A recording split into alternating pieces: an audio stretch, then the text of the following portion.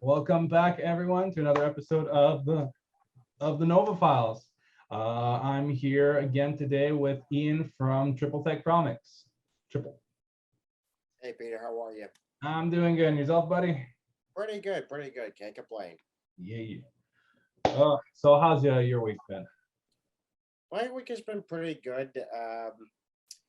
It's just been crazy, just doing the other projects, but also for those of you who do not know this, I actually have my own YouTube channel, which is called Triple Threat Comics YouTube channel. Self-explanatory, right there. Nice. Yeah, you told me it's been going pretty well. Been getting some good views and subscribers, man. I checked out some of the videos. They're really interesting. You talked about the how you got started with your main series. Yeah, it was crazy. It just trying to develop that series, Codename Hunter, during college, and then bringing it to form after I graduated. It was mind blowing because I never did a series like that before. Awesome. And yeah, you also had, I think, what was his name? Eric, right? You're a co-creator for that series? That's right. He's actually the co-founder of Triple Threat Comics, and he's the creator of our other series, Soul Racer. Nice. Yeah, I remember I saw some of the Soul Racer on your Instagram. Like, I really like the style you got in that book going. It's really cool. Yeah. Oh, awesome. Well, I'm really glad to hear you're making good progress on that channel because as indie creators, we all know how important it is to get our names out there. Absolutely, because we want to make sure that people like our stuff, and it's also appreciated to have other indie creators support each other. So that's always a plus. Oh yeah, definitely. I keep saying, man, we need to have the Shonen Jump of indie comics at some point. Oh, absolutely, absolutely. But then again, like getting about all those people together and all those egos is like it's a recipe for disaster as well. Oh, we can't be notorious to have egos. Basically. All right. So this week's topic. We're going full sci-fi this week, and we're going to be talking the Orville. Mm. Uh, Wait. so for those of you who don't know, the Orville is the brainchild of Seth MacFarlane, who basically said, hey, I'd love to do a new season of Star Trek. Star Trek said no. So then Seth MacFarlane said, well, screw you. I'm going to make my own Star Trek with blackjack and hookers. Actually, it's Star Trek Next Generation that he's done. Yeah. And, for the longest time, the Orville was the best Trek on TV. Yeah, I will say this. We can't say this now because there have been a few good shows in the Star Trek universe. Yeah, no, definitely. But the difference is with this particular series, how do I say this? Let's start by talking off with the first two seasons. So the first two seasons were on Fox, and they were basically portrayed as the funny parody Star Trek show, and that's how it was sold. And there was a lot of comedy in it, a lot of similar humor, and I really enjoyed the humor. But the truth of the matter is, it felt like a modern day Next Generation. It did, because what's interesting that you mentioned that is some of the writers from Next Generation have actually written episodes on the Orville. Mm-hmm. It has that type of feel. Yeah, and you've even had a few Star Trek alumni appear as like cameos or guest characters. Robert Picardo, the EMH doctor from Voyager, played the role of one of the characters' fathers and had an entire episode in the show. Yeah, I also think Will Riker, the actor who plays Will Riker, I think Jonathan Frakes, I think is his name. I don't know if I'm pronouncing that right. He actually directed a few episodes of the Orville, I think. It doesn't surprise me because the Orville, while it was in the 40-minute story structure, felt a lot like a TNG episode where you had your A plots and your B plots, giving all the characters something to do. Yeah. And sometimes they would mesh together, sometimes they would not. Essentially, what's going on with this series is that it's a how do I put this? It was TNG in format, in spirit, and in love, because some of the episodes felt like they could have been right out of TNG with their concepts, and some of them were right out of Star Trek too. There was that one episode where they discover a planet, and the planet comes in and out of phase with our reality, and every time it goes away, it's like, oh my god, a bajillion years pass. Like I'm not going to think of the actual number here, but like, and that's kind of a mix of a DS9 episode and a Voyager episode. Yeah. And I love how they actually brought that back around in the new season, which we'll get to. Yeah. And before I hog all the spotlight here, what were your overall thoughts with the first two seasons before we talk about the third one? Well, as we all know, the first season of any series is pretty much the experiment, just to see what works and what doesn't work. I think, the first few episodes, they were definitely trying to find that balance, but by the time we got to midway of the first season, they found the balance between the humor and the serious. Yeah. And because they were able to tackle some very tough storylines in that first season, but still find the humor in that. And that extended into season two. But with season two, they went bigger, especially with a lot of the plot elements and also just introducing a new enemy, which you didn't see coming. Oh yeah. It's like, oh, you think it's gonna be this fun little alien race, but nope, they're gonna be our new big bads.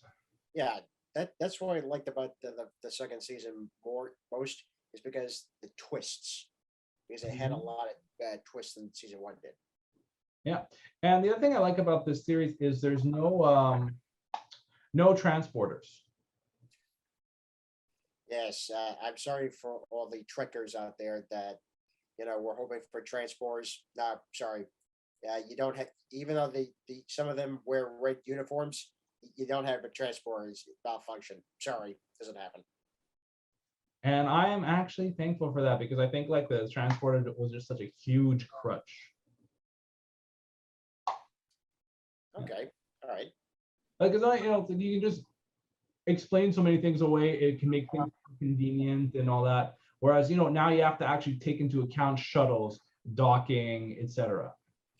Yeah, that's another thing about the original Star Trek series and even Next Generation.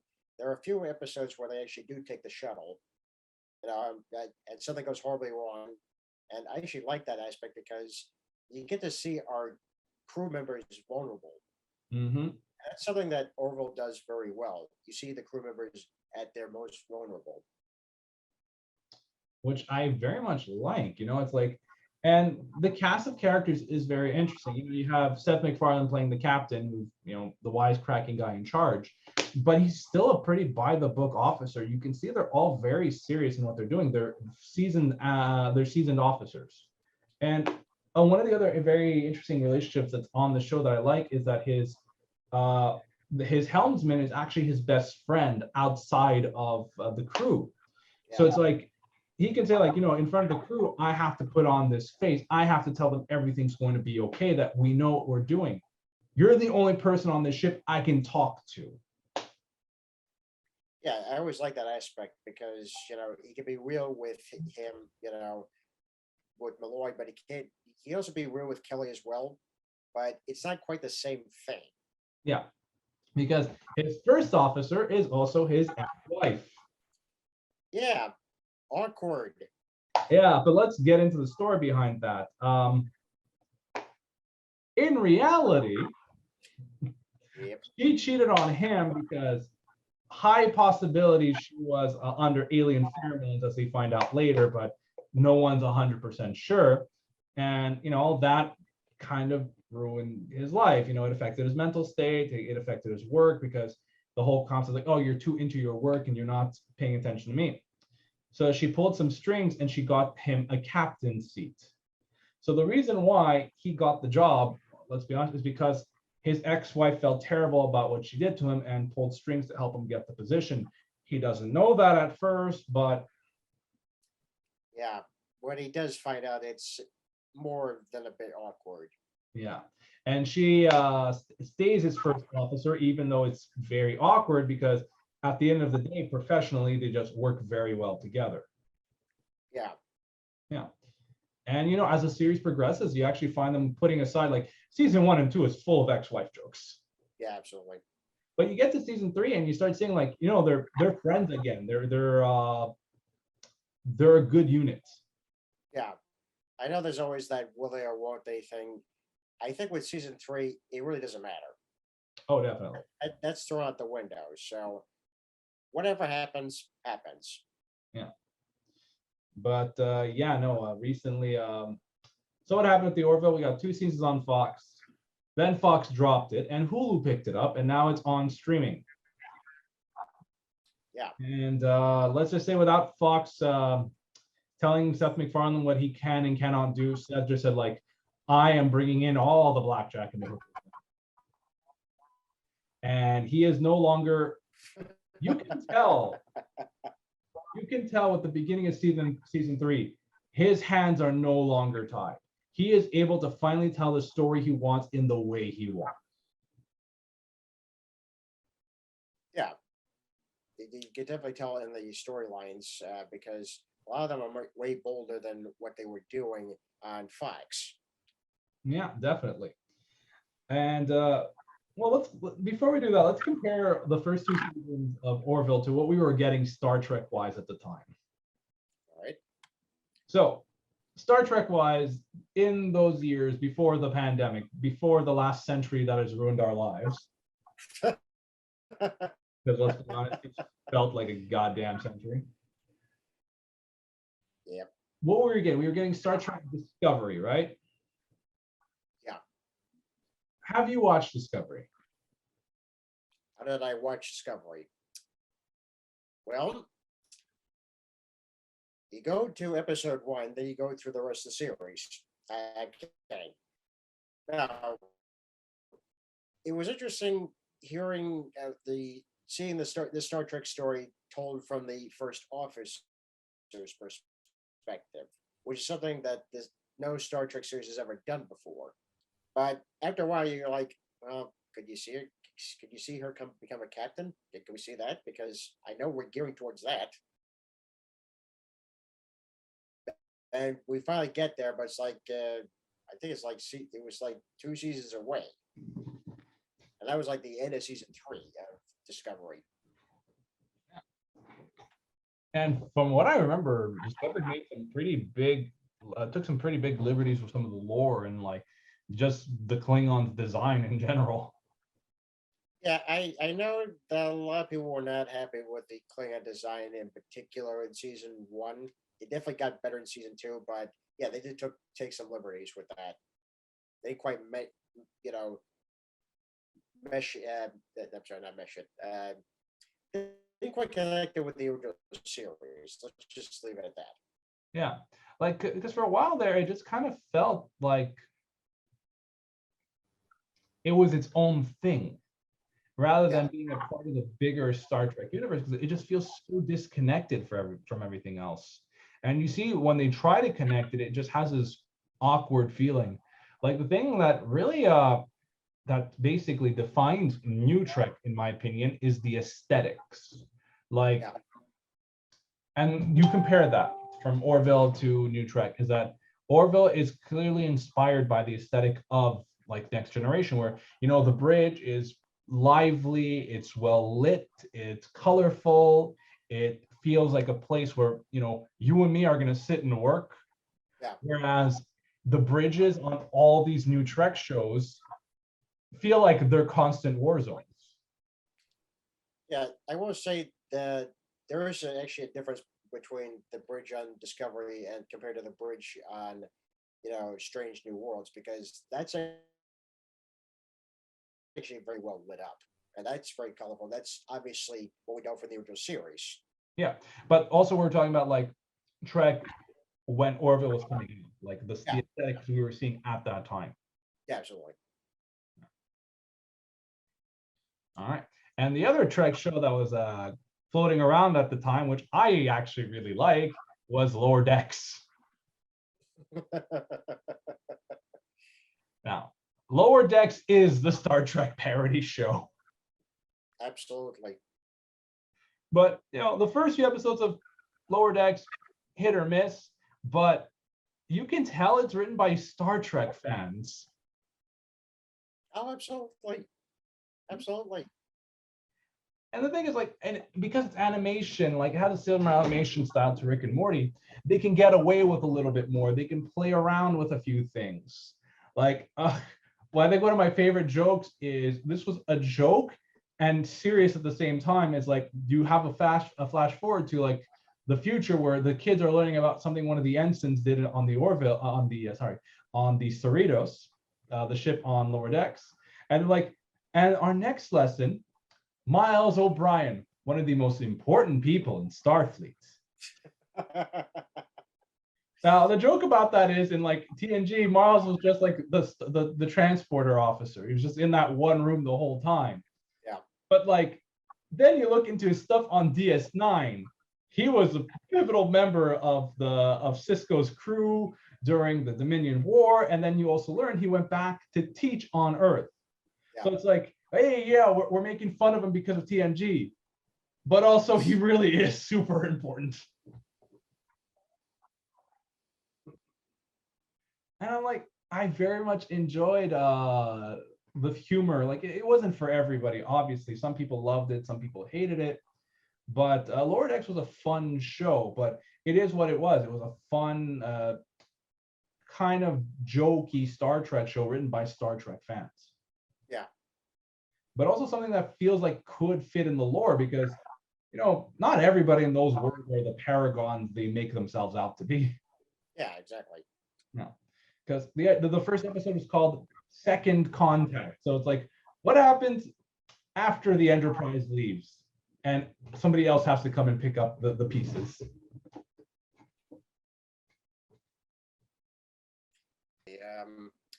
Yeah, the thing about Lower Decks is that, yeah, it is written by fans pretty much, and it does make fun of the lore a bit, especially with the motion pictures. Because if you remember, there's that episode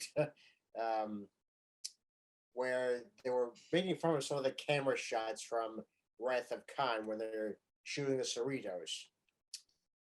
Oh my God, that entire episode was a joke on how the movies were made, like the blowing up of the ship, like the stakes, the villains. It was good.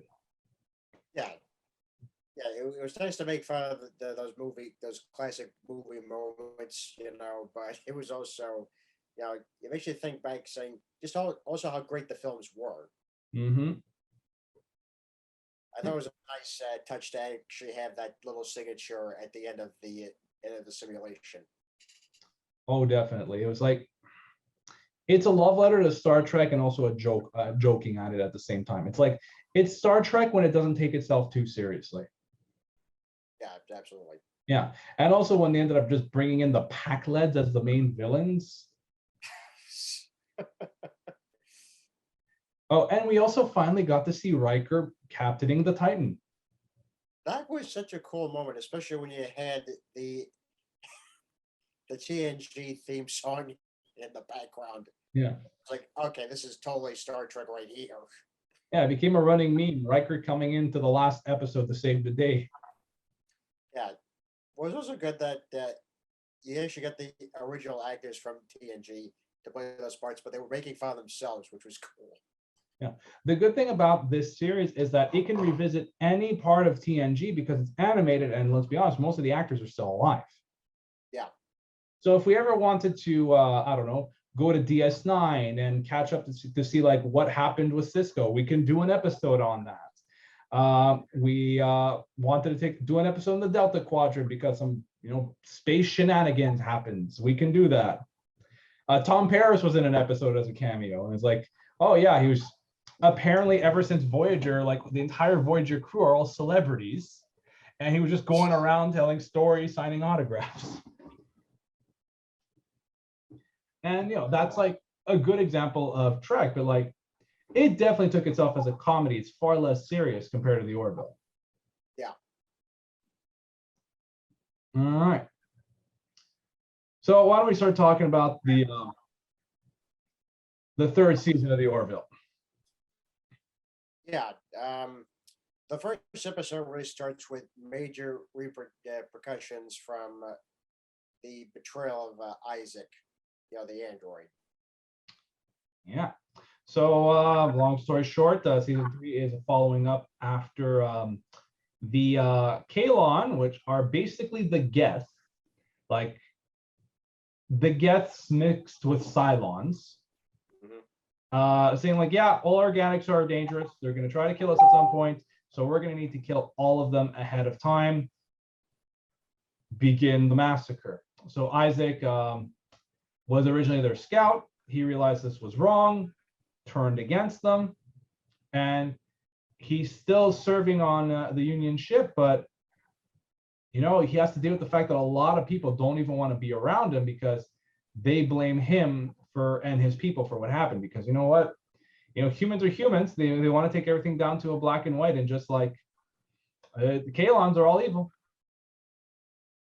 Yeah. And I think the first episode like is what like I started to notice. This series was very comedic for a good chunk of time. It felt like it had the basic story structure of TNG, the 40-minute runtime, the A and B plots, the levity. But then season 3 starts happening and the entire atmosphere kind of changes. Yeah. And, you know, I said this like, okay, the first episode is going to be heavy. But then they're all heavy. Every episode in season 3 has like a very heavy subject matter. It's less about discovering new world. It's story building, which is good. I like it, but I personally kind of miss the comedy. I do. I do too, because I feel they have lost that balance. Yeah, So well with seasons 1 and season 2 was the humor and the series storylines. They had balance. Now everything's a bit out of whack. I yeah, felt with the recent episode, we got some of that humor back, which we'll talk about in a minute. yeah, definitely. Like, so let's summarize. So this is gonna be heavy spoilers. You know, if you're avoiding spoilers on the Orville, don't watch, don't listen to the rest of this because we're going into knee deep in spoilers. So episode 1 is all about Isaac killing him, realizing that the crew is acting far less efficiently with him around. He can't go back home, so the only logical thing for him to do is to kill himself because he is a robot with no emotions. And Yeah, that, yeah, go on. that's some pretty deep subject matter for an episode. It is. It is. It's completely. The minute I saw that, I was like, "Wow, we're really going here." Yeah. And like the topics in these episodes just progressively keeps getting darker. Uh what was the second episode about again? I'm just drawing a blank right now. This was when the crew was actually trying to undergo the diplomatic negotiations with the Krill. Oh, right. That's the one that went to hell, basically, or the demons, right? Yeah, pretty much. And then I think the medical officer Claire is reunited with her ex-husband. Yeah, which is a very like, you know, pretty TNG thing, which is fine. But then like the entire episode becomes invasion of the body snatchers. Pretty much, yeah. Then it also brings to mind to a question. You're going into a strange place and you're not wearing hazmat suits. The Yeah. fuck? Yeah, or at least scan the facility, see what bio hazards are going around in the atmosphere or just anywhere. Yeah. Wow, this is a derelict space station. It seems to be working fully well. It seems to have uh nobody around, no real life signs. Okay, everybody, take off your hazmat suits or don't bother to bring them at all. Somebody gets sprayed with space jizz, quite literally, and then he becomes an alien. Yeah. And then he is also able to transmit this space jizz onto all the other living organisms on the ship and slowly start converting them into insect-like monsters. Yeah. Now, It kind of harkens back to a TNG episode where most of the crew members are de-evolving. right. I also remember something similar like that on Stargate, like where everyone was going full caveman. Yeah, exactly. Yeah. But the fact of the matter is, like, it was like one-off episodes. But this one, just because of what they could do and how dark they could be, it just felt so heavy. And like the body horror was there, which is nothing new to Star Trek. Yeah. But because they also can do now hour 15 long episodes, there's also periods of time where things can kind of just drag out. Like I feel like having the 44-minute runtime, it kind of like says like we got to cut off all the fats. Pretty much, yeah. Yeah, and there's a lot of segments that you can tell. This is fatty. Like, cool. Like you have Claire and the chief medical officer sharing a drink with each other, but like then you're also filming the segments of them walking into the room, sitting down. It's like I get why you film those, and normally in a everyday scenario, you'd probably be like, oh, cool. Yeah, this is what's going to happen naturally. But in like a TV show, it's like you got to cut stuff for time. Yeah, you do. Yeah. Oh. Okay, so that was that episode.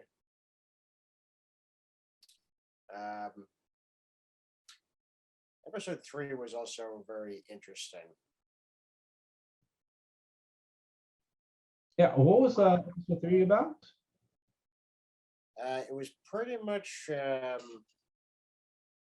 think it was pretty much where they get the character Tala, I believe, is returning from shore leave, and apparently she gets this strange signal. Oh, right. So remember earlier when we talked about that that's alien species that comes in and out of reality and they move super fast? Yeah. Well, now we see them again, and they have basically ascended. Yep, pretty much. Yeah, they're ascended, they're immortal, and they're bored. They're basically 3 steps away from becoming the Q. Yes, and that's a very accurate description of them. Yeah, because the fact of the matter is their technology has evolved so far, it's basically magic. And since they're all immortal, they just don't have a concept of what death is anymore. So what they're doing is they're putting the entire the landing party through different near-death scenarios to basically experience what death is like. They don't kill any of them and like you say, hey, it's nice talking to you again. It was nice seeing you guys again. But it has this like, wow, these people literally just put us through near-death experiences because they want to know what death is like. Again, this also harkens back to the original series and the Next Generation, because there were beings that did experiments on the landing crew. Mm-hmm. Especially this definitely harkens back to the original series, because if you remember season 3, Kirk, Spock, and McCoy were pretty much lab rats, if you will. Oh, yeah. And then you have the next episode, which was, what if the worst case scenario happened with the Trump presidency? Yes. Yeah, that one hit a little too close to home. It did hit a little too close to home, and it was also interesting, Ed, in this particular episode, because he finds out that he has a daughter with the Crow woman that he thought was human. Mm-hmm. So there's that consequence, and of course this leads to any talks of the Krill peace is dead. Yeah, because whether it was a fair election or a rigged election, we don't know. But there was an election. They basically killed off the progressive movement, and a very much Krill great again person took over and completely is like, yeah, we're going to completely isolate ourselves from everybody. We can take care of the Kalon by ourselves. We don't need anyone's help. I'm just waiting for the episode later in the season where they get wrecked by the Kalon. Yeah, and then Ed's going to be forced to, get his daughter back. Mm-hmm. Because that was a hell of a thing to, keep secret, and even she should have told him, because he did have a right to know, but of course she's pro Krill and she's not going to do that. Yeah. But the fact that he got to see her even just for the shortest amount of time was just, just heartbreaking. And also seeing Kelly's reaction to this, because it just is, it's like a twist on a knife where she was like, this is this is what I could. This I could have had this. Yeah. And then we got the Bachlan episode, which was also very heavy in story content. Yeah. Um, yeah, that's the thing. I actually had a feeling that they were going to actually deal with this sooner or later Mm-hmm.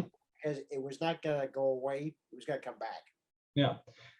Granted, I did a little bit of research about it, and people have been taking it from interpretations from both sides of the political spectrum. People are saying like this validates their views, this validates against their views. It's a very, because it's, let's be honest, it's aliens, it's all metaphors, it's all allegories, nothing is direct. So people take the message they want, but I'm pretty sure what they were going for was more of a liberal message, but some people are not taking it that way. No, no. Obviously, everyone's going to have the different views about this particular subject, but it is what it is. Yeah. And I just thought it was a very brave thing to do. Mm-hmm. And it was completely heartbreaking that last scene, where Boris's husband pretty much says, "I wish you were never born." I was like, why would you wish that in somebody just because they're different? Yeah, it's because it's discrimination, it's political views drilled in, it's radicalization, and you see that in everyday people now. It's just like it's scary. It's scary seeing people turning into this, acting like this. It's not the best of times. No, it really isn't. I hope it gets better. I really do. Yeah. But what was even better was Boris loved his daughter no matter what. Mm-hmm. And I love him understanding her and fully accepting her. All came because the crew showed him Rudolph the Red-Nosed Reindeer. Yes, which was pretty much the best thing to do. And Yeah. I love the idea, like, and they tried everything to convince him like why this was wrong or why they should be done in this way, and nothing works. And like, you know what, let's just chill. We have this old Earth movie we can watch, and it was no intention. It was Rudolph the Red-Nosed Reindeer, and it's like, I have had an epiphany. Yeah. And the concept of like, we can address this fast. I think, like, I don't feel like it's my place to talk too much about this because it's, but one thing I really enjoyed is like, yeah, he connected with Rudolph because Rudolph was born with something everybody else saw as a deformity, something everyone else thought was wrong and should be hidden. Yeah. And then when the time came, that very thing that made him different is what everybody needed to light their darkest hour. Exactly. And it's like, what am I doing to my daughter if I'm taking that possibility away from her? And it's like, wow, that's actually a very powerful way to interpret Rudolph the Red-Nosed Reindeer. Yeah, I didn't think of it before, so I have to give kudos to the writers for that. Yeah. That's like the kind of thing you come up in a writer's room and everyone's stoned as hell and just like watching Rudolph for fun. Exactly. And I think the episode after that one from this season, I think it's my favorite one after that. Yeah. The time travel episode. Oh boy. Well, time travel is always messy, as Ed had said in the episode. Yeah. Okay, let's address this first. Okay. Time travel as a story narrative thing annoys me. I believe you said this in one of the previous episodes. Yes, it can be annoying. Yeah, because the problem with time travel is that there's no rules or no set rules that people follow and go by. And once you introduce time travel into your story, you're just waiting to break the world. Yep. Yeah. Now, we can discuss the different kinds of time travel. We have seen time travel in every season of the Orville. In fact, it was in the first episode. Yeah. So long story short, a device was created that could accelerate the time of an object in its field. And eventually that would lead to the discovery of full-on time travel. there was in fact also a future time traveler who traveled back in time to the Orville, who had planned to steal the ship and sell it off as a vintage model for a huge profit. Yeah. Season 3, the end of season 2, also had Kelly, who is the lieutenant, the number one, the ship's oh my god, what am I, the vice captain? Yeah, I would think so. Yeah. Why am I not remember this? There's a word for it. The first officer. There we go. Yes, the first officer. He got it, folks. He eventually got it. He got it. Yeah, I got it. And it was before her and Ed's divorce. Actually, it was like right after their first date, and she got sent forward into the time stream. Yeah. Now, the result of this was that nothing in the present day had changed, because the rules of time travel here is that they're in flux, and that until she goes back, nothing is really going to happen. But then you also have to wonder, it's like, what's the effect of having two Kelly Graysons in this timeline? It's like, are they just going to both serve on the same? What's going on? Like, and then she's still into Ed, and she's like, why not?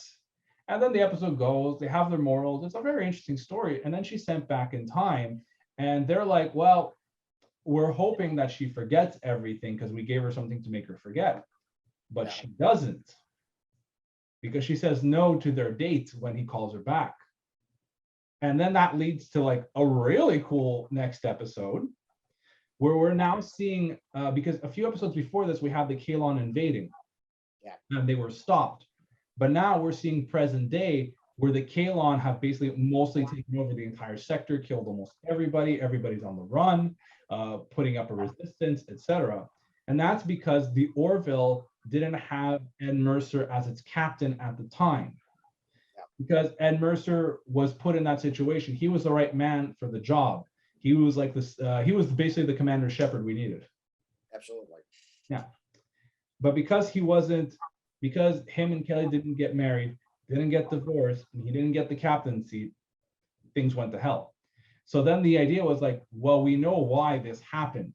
So we got to send someone back in time to make sure the process that we put Kelly through actually goes through. We have to make her forget. Yeah. So they send, from this timeline, they send the doctor back, whom fully makes her forget. And now we have an older version of that doctor somewhere in the world. And it kind of establishes some rule of time travel, whereas like there seems to be a fixed timeline rather than branching multiverses. But then we got the latest episode, and like I have questions. Yeah, I'm sure you do. Why don't you take us through this episode? Okay, like Peter had said, there was a device that Lamar, upgrades.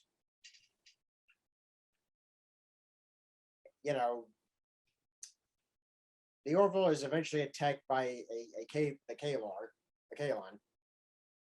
Gordon actually leaves and tries to destroy this device, but in doing so, he accidentally is transported back to 2015, which some of you Back to the Future people may actually recognize that date. Now, our crew actually attempts to follow him past, but they actually arrive 10 years later, because they had discovered, just before they even went to the past, that he lived an entire lifetime on Earth, where he had a wife and a family. Mm-hmm. So, of course, as many people know, you time travel fanatics out there, this is the worst case scenario, because you can lead to possible, branches in the timeline, or create paradoxes or what have you. So they go back in time, but they arrive 10 years later. Which is why he ended up he was already there for 10 years and he couldn't do it anymore. He was living in a cabin in the woods, and he comes from a group of humans who no longer hunt, who no longer kill for fun or for sport or for sustenance, and it just messed him up. So it's like, screw it, I've been here 10 years, I've been living in solitude, I can't live like this. And he went out into the world and built a life for himself. Yeah, and of course, Ed and Kelly were completely against this. You violated the rules. Yeah, because they just showed up and like they don't know what he's been through. And they're like, we're forcing you to come along with us. And it's like, okay, if I'm going, I'm taking my family with me. It's like, no, we can't do that either. Then like, what are you gonna do? You're gonna kill us. So like when they said, like, no, we're gonna go back in time and save you. We're gonna go back 10 years and save you when you wanted to be saved. And like, but what's gonna happen to me, my family, my unborn child? And it's like, it's an incredibly difficult decision. And you see like this, because if this was a Star Trek show, this would have been the episode they wrote off Malloy. And like this would have been like his. Honestly thought they were writing the character off the show. It's like for a moment there, because if this were a Star Trek show, they would never have done that. They would have left them back in the past, because that's happened quite a few times. Yeah, including in Star Trek.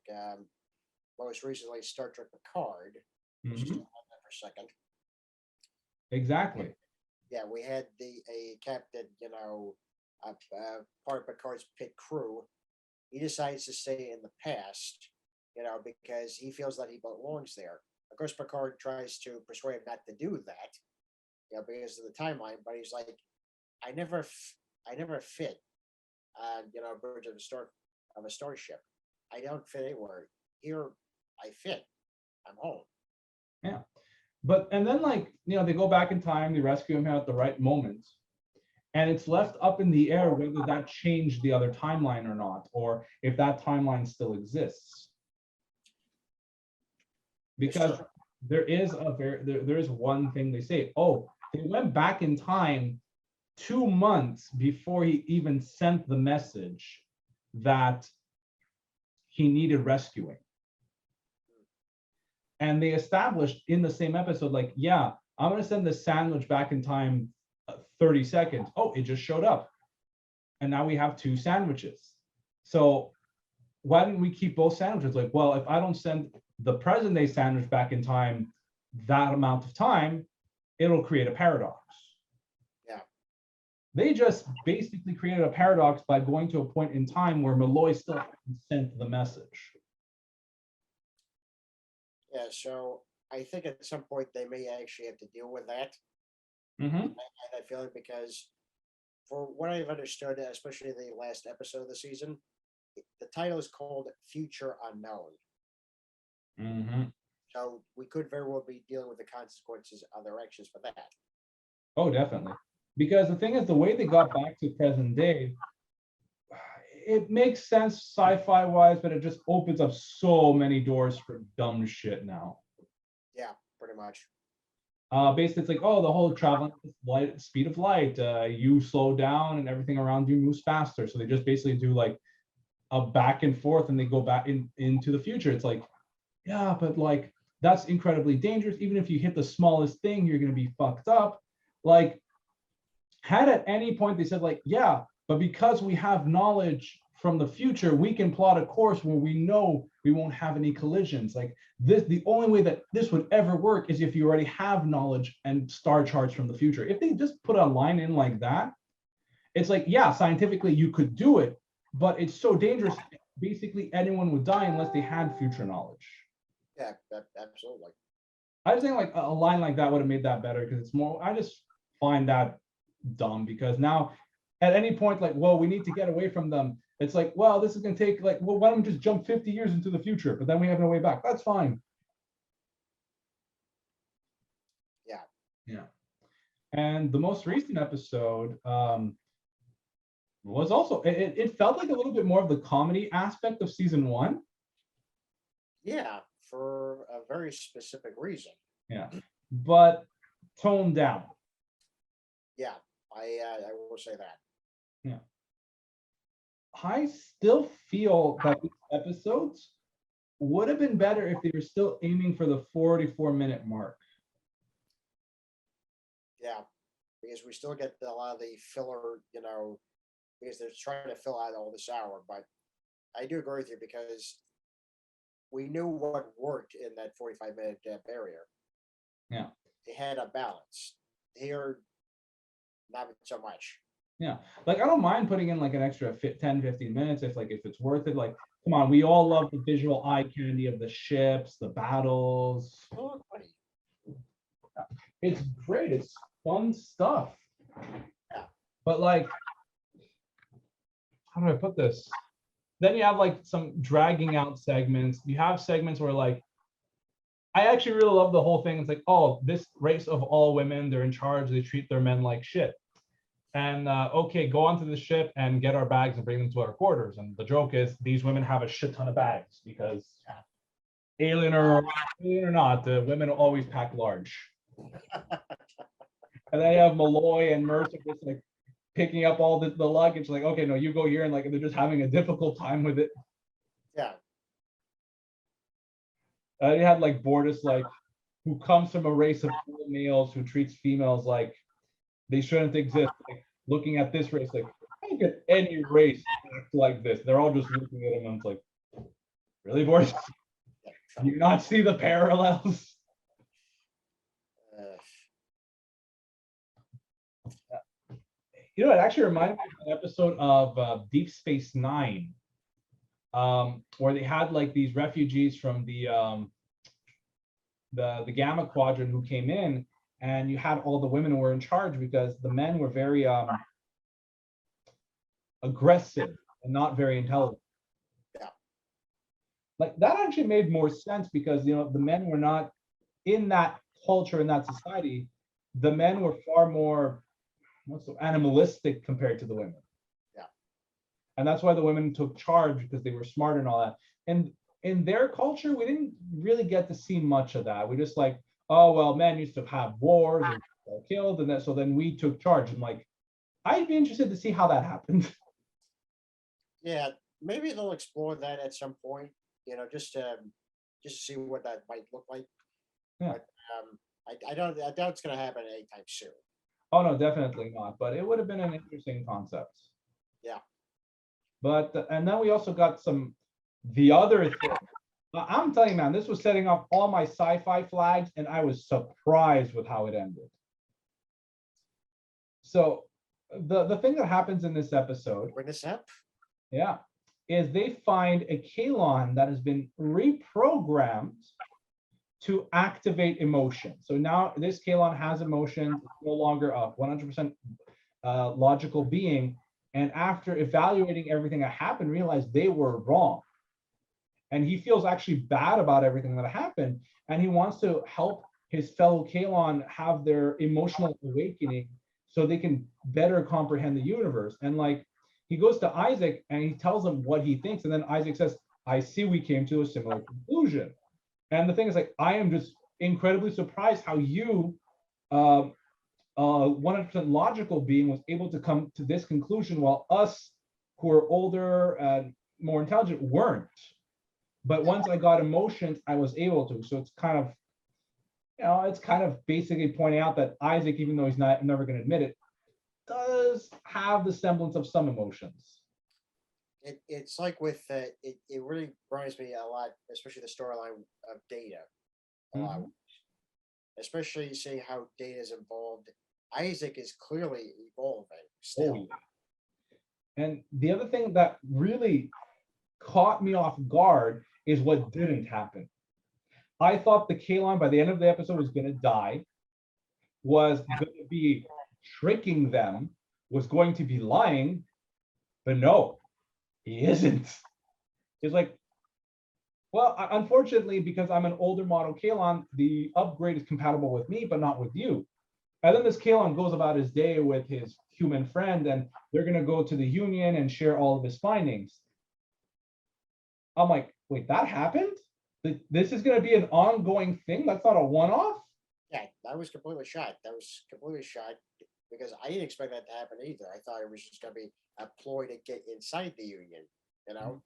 It could be maybe down the road. Who knows?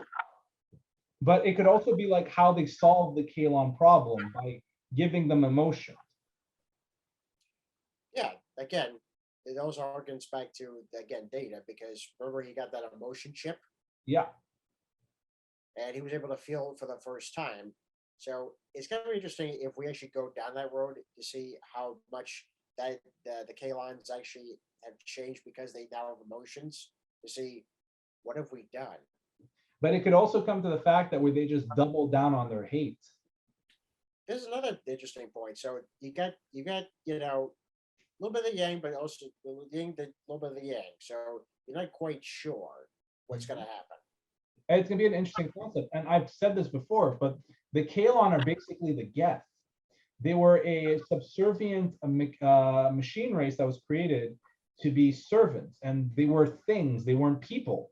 But then because of how they were programmed, they started to gain sentience. So what happened when the people realized this, they said like, well, we're not going to allow that. In the case of the Geth, they started trying to destroy them. In the case of the Kalon, they created devices that tortured them into subserviency to the point where they rebelled.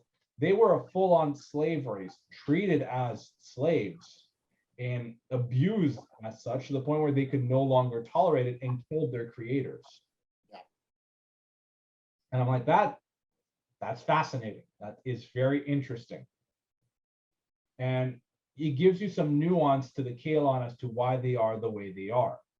And it even has one of the characters who was clearly racist towards Isaac for what happened, and for good reason. But once you understood that this was a slave race who has no emotions and they're acting out, like you can see where they're coming from. You don't agree with their end result, but it messed them up. Yeah. And I'm really curious to see where that's going to go. I'm really loving the new season. I will say I do miss the comedy more so. And I'm curious to see where they're going to take things, because they're building up a lot of different things. They set up enemies with the demons. They set up what's going to be happening with the Krill and the Kalon. Maybe some time travel. Who knows? Yeah. Hopefully, when we get to those situations, they'll pay off, But I would like one episode where it's just light, Yeah, we need just comedy for an episode. Yeah. Yeah. Oh, and we also had the subplot between the chief engineer and the super strong girl. Oh, yes. So the idea is that Oh, they're super into each other, very into each other, but every time they try to have sex, he gets horribly injured because she is basically a heavy worlder. She comes from a planet with a very heavy gravity. So when she's on in our gravity, she is ridiculously strong. Yeah, and it's messed up. Let's just leave it at it's messed up. And unfortunately, because of her strength, the relationship deteriorates. But they clearly do care about each other that way. But yeah, you just had to get over the cuts, the bruises, the black eyes, the other parts. Yeah, but the last time we saw them, it was clear where he was putting his head, and that damage. Yeah, it is the literal version of death by snoo snoo. Oh boy. All right, but overall, for anyone who hasn't seen the Orville, I highly recommend checking it out. It is great sci-fi. It's a lot of fun. I believe it's all available on Hulu, or you could always sell the high seas, find it where you need to find it. And I really hope it gets another season, because this is good sci-fi. I feel like this is what Trek should have been. And I just want more. I love waiting for this every Thursday. Absolutely. So with that, I think we're going to call it quits here. So just the basic plugs. We're going to say, make sure to check out our comics on both Instagram, Sierra Nova Comics. They've launched their new platform that has all kinds of indie books for you to consume and enjoy from a variety of creators. So go down there, read some comics, sign up, and you will not be disappointed with all the unique and great stories that are available there. And those include Ian's books as well as mine. That's right. All right. And about you, Ian? Want to plug anything before we finish up for today? Yes, definitely check out my series, Conan Hunter, on ZeroNovaComics.com. And also, if you would like to check out my YouTube channel, it's the Triple Threat Comics YouTube channel. Pretty much self-explanatory. And join me pretty much every Saturday night at 8 p.m. Eastern Time. All right. Well, let me know when you can have me on that show. Absolutely. Absolutely. All right. So thank you everyone for listening. Hope you have a great day, great weekend, great week, depending on when you're listening to this. And have a good one. Bye, folks.